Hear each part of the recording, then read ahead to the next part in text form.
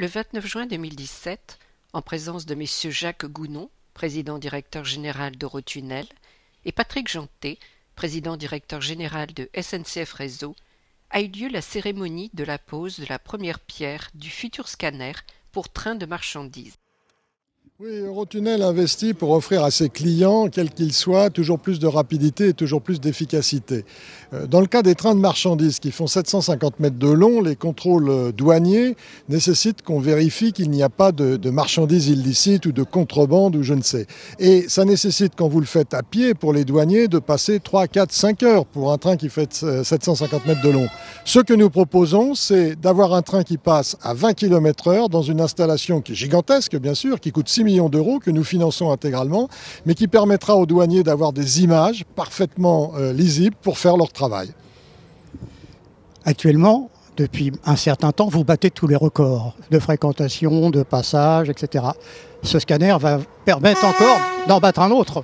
Alors le but est effectivement, on a aujourd'hui une croissance de 20% de ce trafic de trains de marchandises.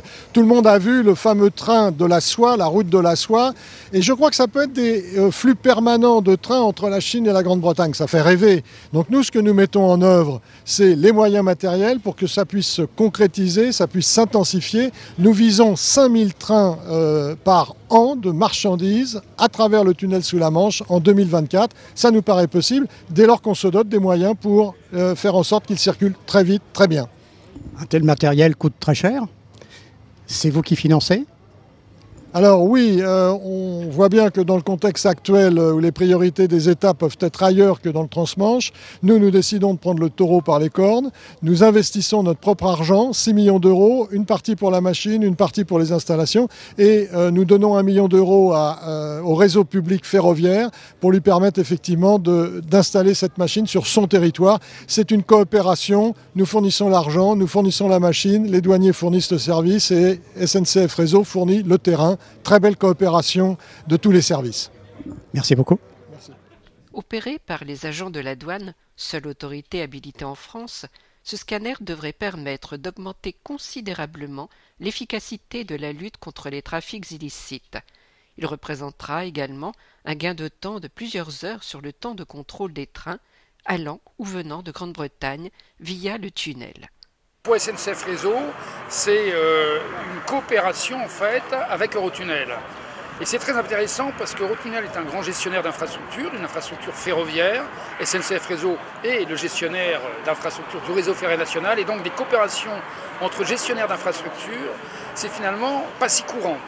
Et notre objectif, ensemble, c'est évidemment d'améliorer la qualité de service, en l'occurrence des entreprises de fret.